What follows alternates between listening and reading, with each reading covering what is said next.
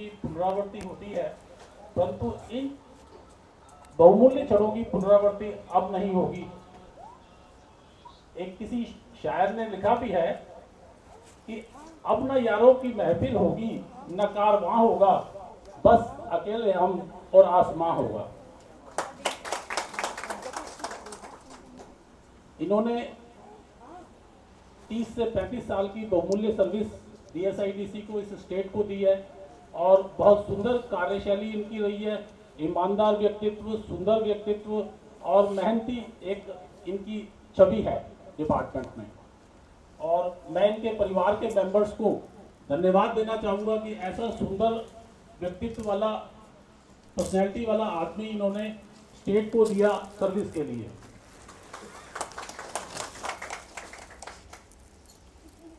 एक इस समय बदलता हुआ क्षण है इनके लिए।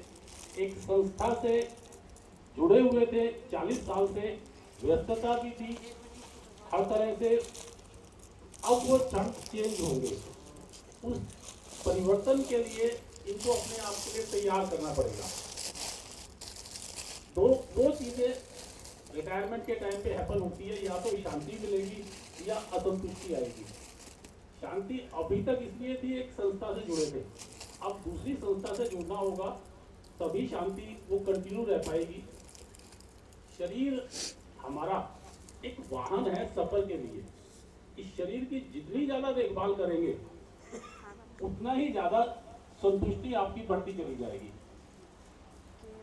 डेली के कामों में क्या होता है, कुछ भी प्रलोभन या कुछ भी हमारी एक्सेंट्रिसिटी जब डेवलप होती है, चाहे पैसा कमाने के लिए या कहीं घूमने फिरने के लिए या कोई और शौक पूरा करने के लिए, उसमें मोस्टली क्या होता है कि हम अपने शरीर के बारे में भूल जाते हैं। मैं एक छोटा सा किस्सा आपको बताता हूँ। नारायण मूर्ति जी को आप सब लोग जानते होंगे, एक वर्ल्ड के टॉप बिलियनर हैं। तो एक बार हवाई जहाज में वो यात्रा कर रहे थे, तो उनके साथ एक और आदमी बैठा हुआ था जो इनिशियली उनको देखकर उसको लगा कि भाई इनको कहीं देखा हुआ है, तो लेकिन उसको समझ में नहीं आया। फोटो उसने देखी थी टीवी में, टीवी चैनल वगैरह में, अखबारों में। फिर 15-20 मिनट बाद उसको ज्ञान हुआ नहीं है ये तो नारायण मूर्ति है। तो वो खड़ा होकर सीट से उनको नमस्ते की, उन्होंने नमस्कार किया और फिर एक वार्तालाप उनका शुरू हुआ।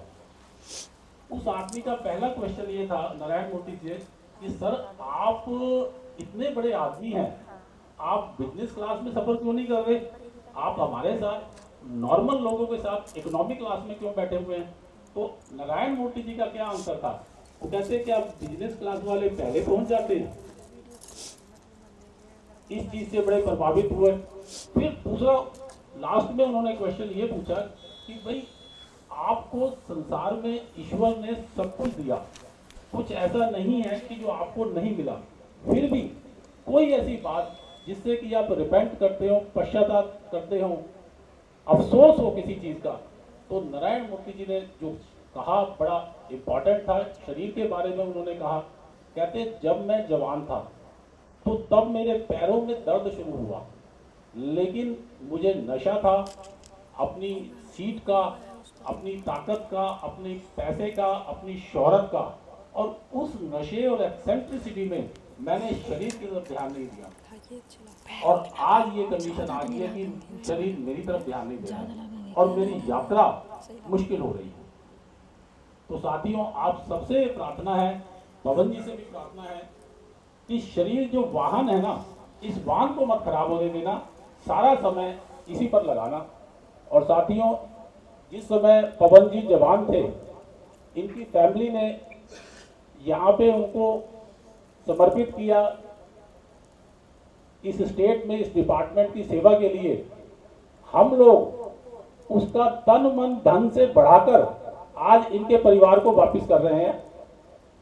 और इसी सब बातों के साथ इनके अच्छे स्वास्थ्य के लिए शुभकामनाएं। धन्यवाद।